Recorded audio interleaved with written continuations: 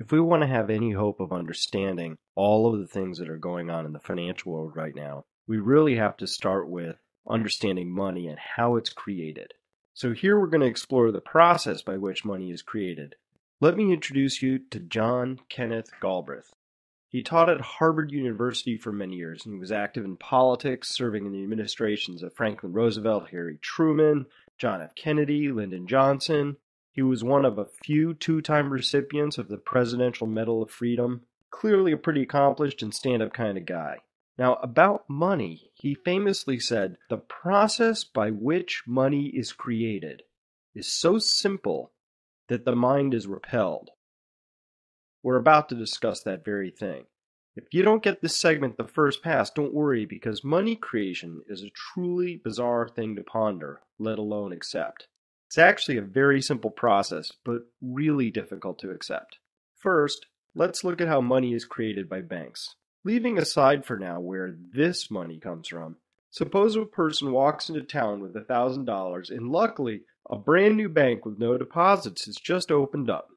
The $1,000 is deposited in the bank, and now the person has a $1,000 asset, their bank account, and the bank has a $1,000 liability, the very same bank account. Now, there's a rule on the books, a federal rule, that allows banks to loan out a proportion, a fraction of the money they have on deposit to others. In theory, banks are allowed to loan out up to 90% of what people have on deposit with them, although as we'll see later on, the actual proportion is much closer to 100%. Nonetheless, because banks retain only a fraction of their deposits in reserve, the term for this process is fractional reserve banking. Now back to our example. We now have a bank with $1,000 on deposit, and banks do not make money or make a living by holding on to it. Rather, they make their living by borrowing at one rate and loaning at a higher rate. Since any bank can loan out up to 90% of what they have on deposit, in our example, our bank wants to find somebody who wants to borrow $900. Suppose this borrower then spends that money by giving it to another person, in this case his accountant, who in turn deposits it in a bank. Now, it could be the same bank or a different bank, but that doesn't really change how this story gets told at all.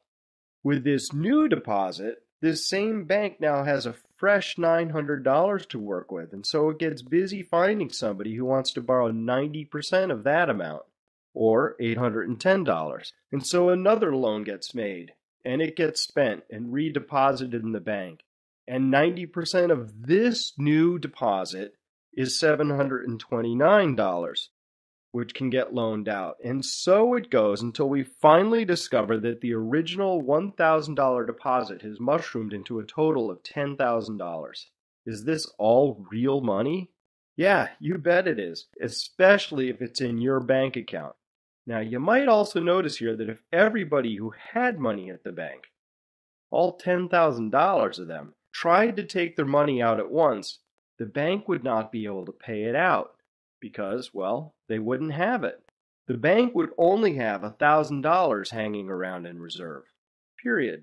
You might also notice that this mechanism of creating new money out of new deposits works great as long as nobody defaults on their loan. Now, if and when that happens, things get tricky, and that's another story for later. For now, I want you to understand that money is loaned into existence.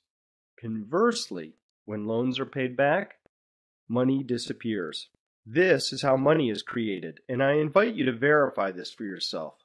One place would be the Federal Reserve itself, which has published a handy comic book from which I actually drew this fine example. You can find a link to that on the website under Essential Articles. You may have noticed that I left out something very important here, and that is interest. Where does the money come from to pay the interest on all the loans? If all the loans are paid back without interest, we can undo this entire string of transactions in this example. But when we factor in interest, we'd suddenly discover that there isn't enough money here in this example to pay back all the loans. Clearly, that's a big hole in this story, and so we'll need to find out where that comes from. In doing so, we'll also clear up the mystery of where the original $1,000 came from. So, why did we spend the past 5 minutes studying the mechanism of money creation? Because in order to appreciate the implications of our massive levels of debt, you need to understand how that debt came into being. That's one reason. And the more important reason is tied to all those exponential graphs we viewed earlier in section 3, but we're not quite there yet. Let's continue.